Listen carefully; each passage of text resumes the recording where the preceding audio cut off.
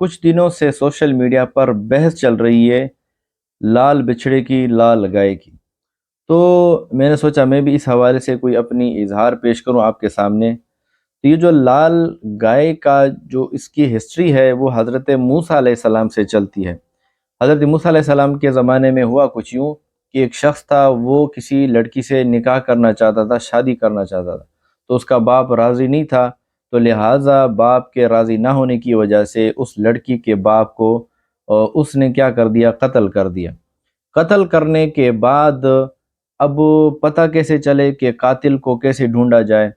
تو بنی اسرائیلی موسیٰ علیہ السلام کے پاس آئے کہ اے موسیٰ، ہمارے قاتل کو ڈھونڈ کر دے دو، ہمارا شخص کس نے مارا ہے۔ بہت لمبی کہانی ہے، اس کے پیچھے باقاعدہ سورہ بقرہ بہت بڑی سورت نازل ہوئی ہے، بہت بڑی سورت ہے۔ تو میں مختصر سے آپ کو بتاتا ہوں کہ اس گائے کا پس منظر۔ تو اللہ تعالیٰ نے فرمایا کہ اس طرح کی گائے ہو اور بس آپ اس کو کیا کر دو، ذبح کر دو۔ ذبح کرنے کے بعد کسی جسم کا کوئی بھی گوشت کا ٹکڑا اٹھائیں اور اس کے جسم پر رکھ دیں، وہ زندہ ہو جائے گا۔ وہ جو مقتول ہے، مقتول قاتل کا پتہ بتا دے گا، تو اس طرح آپ اس سے قصاص لے لو، معاملہ حل ہو جائے گا۔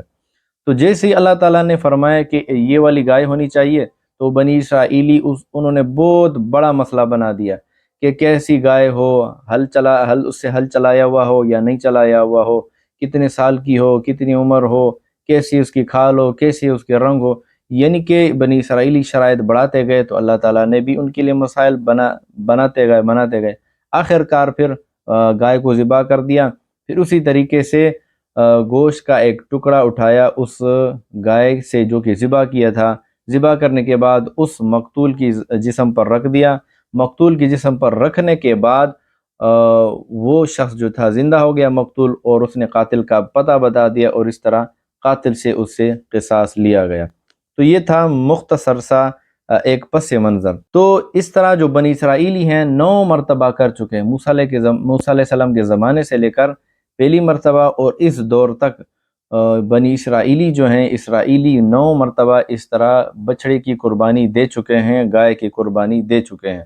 اب بنی اسرائیلیوں کا یہ عقیدہ ہے کہ ہم بیت المقدس کو کب، مسجد اقصیٰ کو کب گرائیں گے تاکہ ہم جو ہیں دوبارہ ہماری حکومت آ جائے، ہماری سلطنت آ جائے۔ تو اس کو کرنے کے لیے انہوں نے ایک مرتبہ پھر ایک بچڑے کو، ایک گائے کو ذبح کرنا ہے۔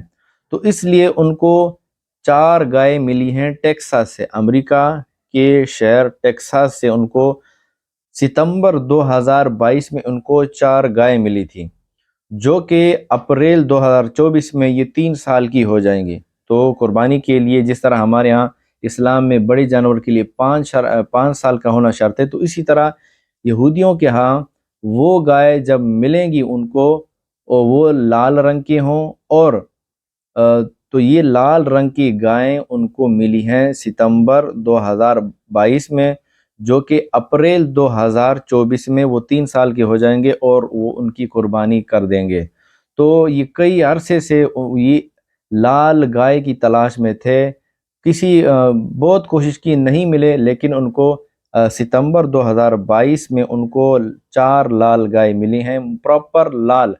ان کے لیے یہ شرط تھی کہ مکمل لال ہوں، پورا جسم بھی لال ہو، حتیٰ کہ کھر بھی ان کے کالے نہ ہوں، وہ بھی بالکل چمڑی کے برابر ہوں، اور پوری جسم پر ایک دوسرے رنگ کا بال نہیں ہونا چاہیے۔ تو اس طرح ان کو 4 گائے ملی ہیں، اور انہوں نے باقاعدہ جگہ بھی خرید لی ہے، جگہ کا بھی انہوں نے انتخاب کر لیا ہے۔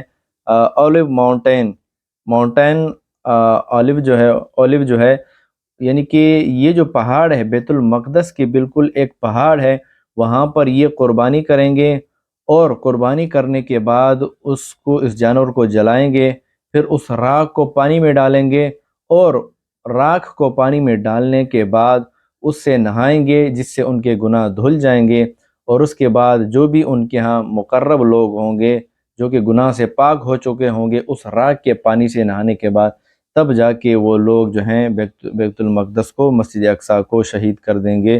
تو یہ اس طرح کی یہ پوری ہسٹری ہے۔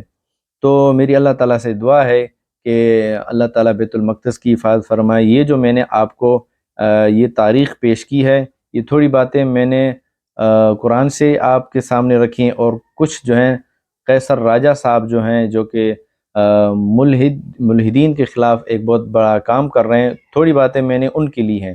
تو یہ تھی پوری ڈیٹیل، پوری کہانی۔ اللہ تعالیٰ سے دعا ہے کہ اللہ تعالیٰ بیت المقدس کی، مسجد اقصیٰ کی حفاظت فرمائے۔